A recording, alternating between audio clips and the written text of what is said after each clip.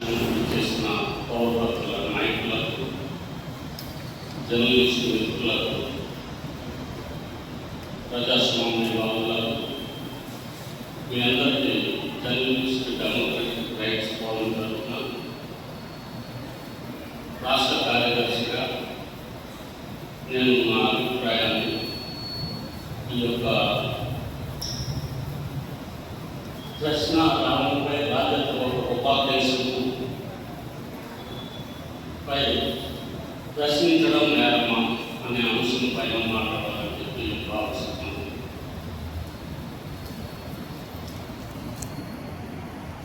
సనాతన పత్రికలు లేక మనువాద పత్రికలు ఇక్కడికి రాకపోయి ఉండవచ్చు. అలాగే చిన్న పత్రికలు కూడా ఈ అంశాన్ని సీరియస్గా తీసుకోలేకపోయి ఉండవచ్చు. యూట్యూబర్స్ను కూడా జర్నలిస్టులుగా గుర్తించుకుపోయి ఉండొచ్చు. ఈ మొత్తం సిస్టాన్ని కంట్రోల్ చేయాలంటే ఒక భయానకమైన వాతావరణాన్ని సృష్టించాలని మనవాదులు భావిస్తున్నాం. ఆ యొక్క ఉద్దేశంతోనే ప్రొఫెసర్ నాగేశ్వరరావు గారి పైన, ఆడపిల్లలు మహిళల పైన విప్లవశ్రీ తులసించారు, ఇంకా చాలామంది మగవాళ్ళు కూడా వీళ్ళని భయపెట్టడానికి తీవ్రంగా ప్రయత్నం చేశారు. ఈ ఉపా చట్టం కానీ పెడితే ఇంకా వీళ్ళందరూ ప్రభుత్వాలను ప్రశ్నించడం మానేస్తారన్న ఉద్దేశంతోనే ఈ ఉపా చట్టం చివరికి మోపడం జరిగింది. కానీ ప్రజాస్వామ్యవాదులు ఎప్పటికీ భయపడరు. ప్రశ్నించే సమాజం చచ్చిపోతున్నా కానీ వాళ్ళు ప్రశ్నిస్తూనే ఉంటారు. ఎవరో పిలిపి వాళ్ళు భయపడి ఈ సమావేశాలకు తమ యొక్క జర్నలిస్టు యొక్క ఈ ప్రెస్లో స్వేచ్ఛ, సమానత్వం, సౌభ్రత్వాన్ని ఎదుర్కొనడానికి ప్రయత్నం చేసే వాళ్ళు ఎప్పుడు ఉంటారు. కనుక ఈ సమావేశం కేవలం రావాన్ని సమర్థించడానికి కాదు, ఒక రాజకీయ పార్టీకి మద్దతు కూడా కాదు, లేదా ఒక ప్రభుత్వం పైన విమర్శ చేయడానికి కాదు. ఇక్కడికి వచ్చిన కారణం ప్రధానమైనది భారత రాజ్యాంగాన్ని కాపాడటానికి కోసం, రాజ్యాంగ హక్కులను నిలుపుదల చేసుకున్న కోసం. కనుక ఈ యొక్క సమావేశంలో నేను మాట్లాడాలనుకున్న అంశం డాక్టర్ అంబేద్కర్ చెప్పిన అంశం గురించి మాట్లాడుతూ కొనసాగించాలని భావిస్తున్నాను.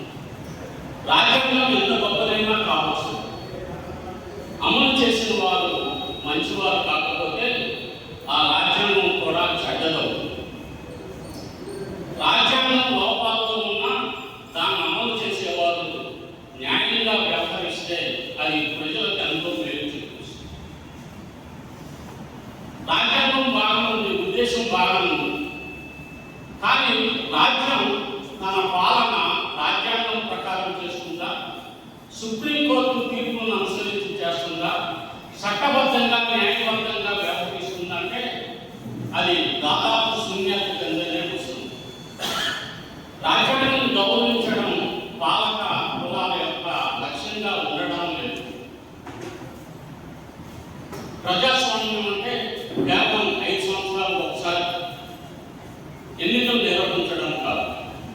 ప్రజాస్వామ్యం అంటే ప్రతి సమస్యను ప్రశ్నించడం. ప్రశ్నించడానికి నేను ఉన్నానని చెప్పి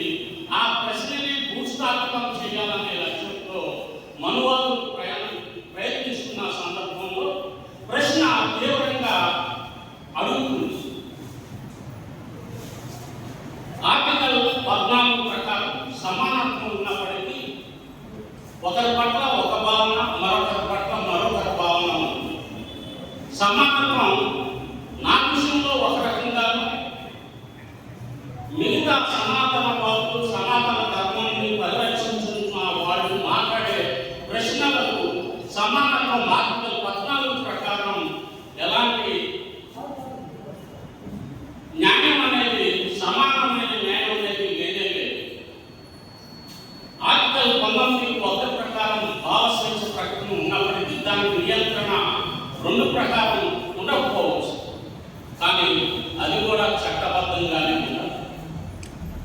ఆ చట్టబద్ధత ఉపా చట్టం ద్వారా పెట్టినప్పుడు సుప్రీంకోర్టులు నిర్బంధంగా వాటినన్నింటినీ కూడా పరిష్కరించారు.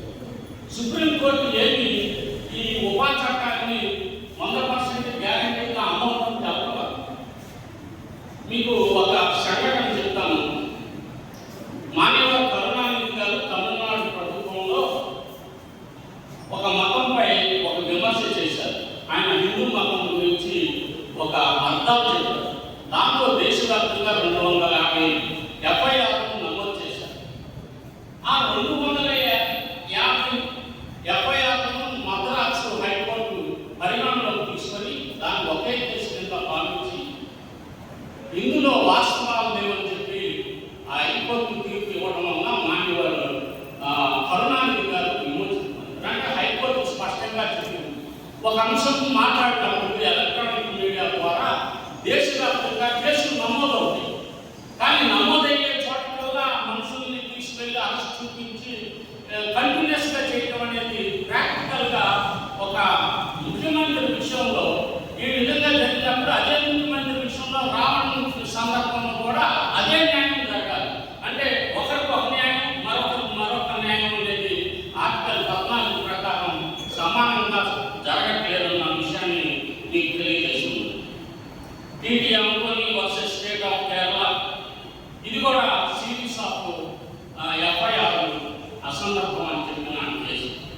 వెరీ రీసెంట్గా Amit Katyal versus state of Haryana, ఈ కేసు కూడా వరుసగా ఒకే సంస్థ పైన ఒకే కేసు పైన అనేక ఎఫ్ఐఆర్లు నమోదు చేయడం అనేది కరెక్ట్ కాదని చెప్పి సుప్రీంకోర్టు తీర్పుని ఆంధ్రప్రదేశ్ ప్రభుత్వం ఉద్దేశపూర్వకంగా భయపెట్టడానికి ప్రయత్నం చేస్తుంది. మనుషుల్ని భయపెట్టడం, జర్నలిస్టులను భయపెట్టడం, ఇంకెవరూ ప్రశ్నించకూడదనే విషయాన్ని చేయటం అనేది జరుగుతుంది.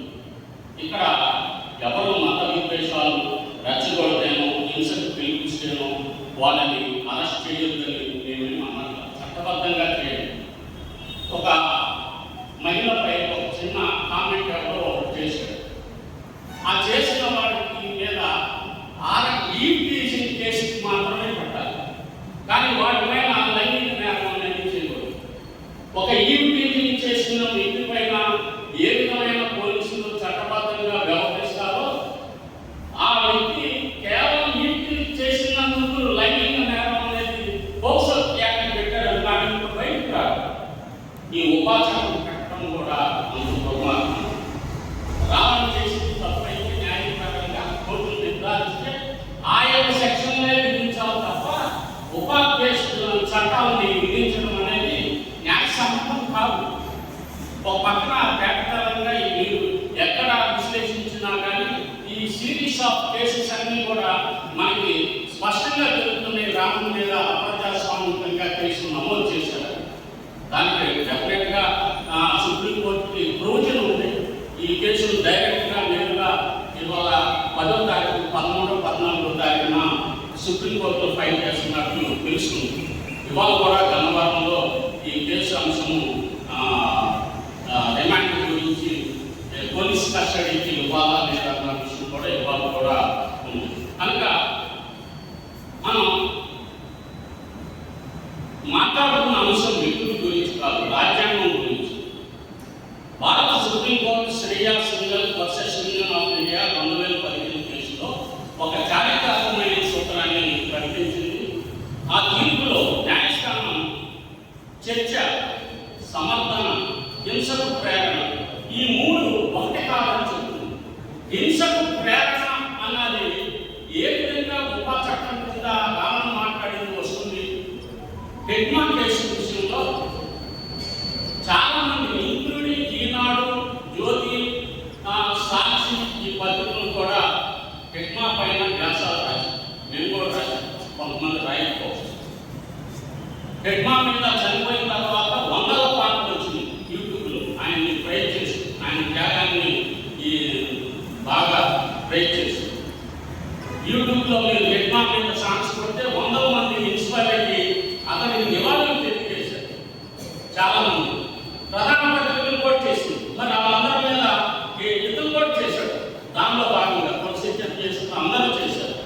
ఇతను ఒక్కడి మీద చేశారంటే ఇతను ఒక్కడిని నియంత్రించగలిగితే మనం యథేచ్ఛగా మనం ఇష్టం వచ్చినట్లు చేసుకోవచ్చు. 2.5 లక్షల సబ్స్క్రైబర్స్ ఉన్నారు. వీళ్ళ ద్వారా ఎక్కువ మందికి వ్యాప్తి షేర్ అవ్వకుండా చేస్తున్నది ఒక లక్ష్యంగా కనపడింది. ఎందుకంటే ఇంకా ఎక్కువ మంది సబ్స్క్రైబర్స్ ఉన్న యూట్యూబర్స్ ఉన్నారు. వాళ్ళని అందుకోవాలి. ఎందుకంటే వాళ్ళు ఈ యొక్క విషయాలను కూడా కంటే కూడా ఇంకా దారుణంగా విమర్శిస్తున్నారు. యూట్యూబర్స్తో మాట్లాడే వాళ్ళని మిగతా సమాజం జర్నలిస్టులు గాను లేకపోతే వాళ్ళకు కూడా రైట్స్ ఉన్నాయన్నదిగా పరిగణించారు. అందుకనే యూట్యూబర్స్ ప్రత్యేకంగాను మేమైతే యూట్యూబర్స్ అయినా జర్నలిస్టే, పత్రికల్లో సోషల్ మీడియాలో పనిచేస్తున్న వాళ్ళు కూడా వాళ్ళకి హక్కులు ఉంటాయి, లేక డిజిటల్ పేపర్లో పనిచేసే వాళ్ళకి ఉంటాయి. అందరూ వస్తే వాళ్ళందరూ కూడా ప్రకటన ఉంది, ఫ్రీడమ్ ఆఫ్ స్పీచ్. ఆ ఫ్రీడమ్ ఆఫ్ స్పీచ్ని నియంత్రించుకున్న ఎవరినైనా సరే మనం కలుపుకొని వెళ్ళాలి తప్ప వీళ్ళు వద్దు మా అనేది లేదు. మొత్తం ఈ ఫ్రీడమ్ ఆఫ్ స్పీచ్కి సంబంధించి ఎవరైతే తమ అభిప్రాయాన్ని స్వేచ్ఛగా వెల్లడిస్తున్నారో వాళ్ళందరి కోసం కూడా మనం ఫైట్ చేయాల్సిన అవసరం ఉంది. ఇది కేవలం అంటే ఇక్కడ రౌండ్ టేబుల్ పెట్టుకుంటాం కాదు, మనం కుదిరితే కనీసం ధర్నా సెంటర్లో ధర్నా చేసి ఈ యొక్క రౌండ్ టేబుల్ యొక్క సమావేశం ముందుకు ఒక రౌండ్ టేబుల్ సమావేశం తర్వాత డేట్ ఏదైనా ఫిక్స్ చేసుకొని కనీసం మన వాయిస్ వినిపించడానికి ధర్నా సెంటర్లో మన యొక్క నిరసన ప్రకటించి ఒక మెమోరాండం ఇదేమి మనం మాట్లాడుతున్న ఈ ప్రధాన మీడియాలో వాళ్ళు ప్రచురించారు. వాళ్ళు మన యొక్క స్వరాన్ని ప్రజల దగ్గరకు తీసుకెళ్ళారు. కనీసం ఈవెన్ సాక్షి కూడా తీసుకెళ్ళారు. సాక్షి 18 ఉపాధేశాలు పెట్టింది.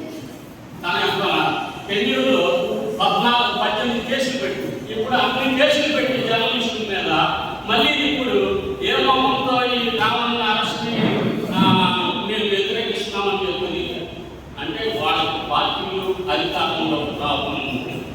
అంతేగాని ఇక్కడ ఫ్రీడమ్ ఆఫ్ స్పీచ్ని రాజ్యాంగపు హక్కుని కాపాడటం అనేది ఈ సనాతనవాదాన్ని లేక మనువాదాన్ని బలపరిచే పత్రికల లక్ష్యం కాదు. కనుక వాళ్ళు రాదు కూడా వచ్చినా మనం ప్రశ్నలోకి ఇస్తాము ఎప్పుడు, కానీ అసలు వాటిని పట్టించుకోరు.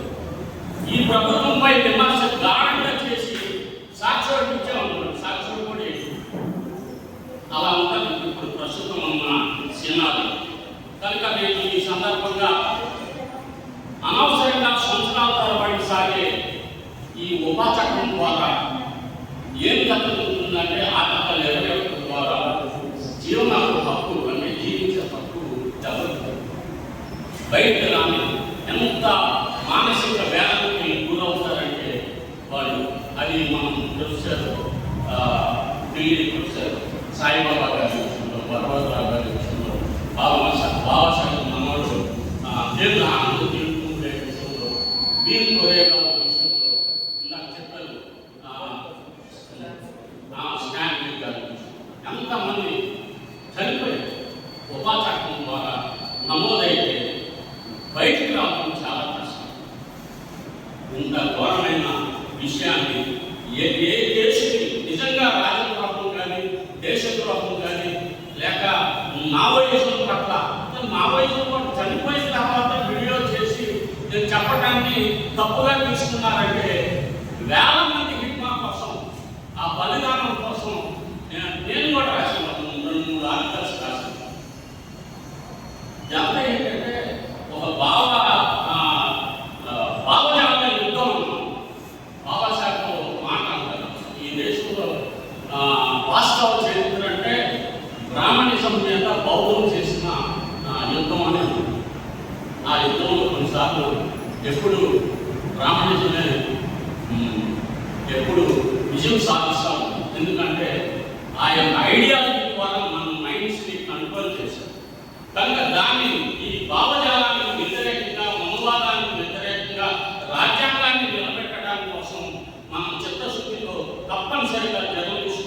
పని చేయాలి. ఎవరైనా సరే ఫేస్బుక్లో కామెంట్ పెట్టినా లేక యూట్యూబ్లో అయినా ఏదో సోషల్ మీడియాలో అయినా సరే ఏది చేసినా వాళ్ళ తరఫున మనం డెఫినెట్గా పనిచేసి ఈ ధర్నాకి పిలుపు ఇవ్వాలని చెప్పి అనుమతి తీసుకోవాలని చెప్పి నేను విజ్ఞప్తి చేస్తున్నాను. నాకు ఇచ్చిన ఈ అవకాశానికి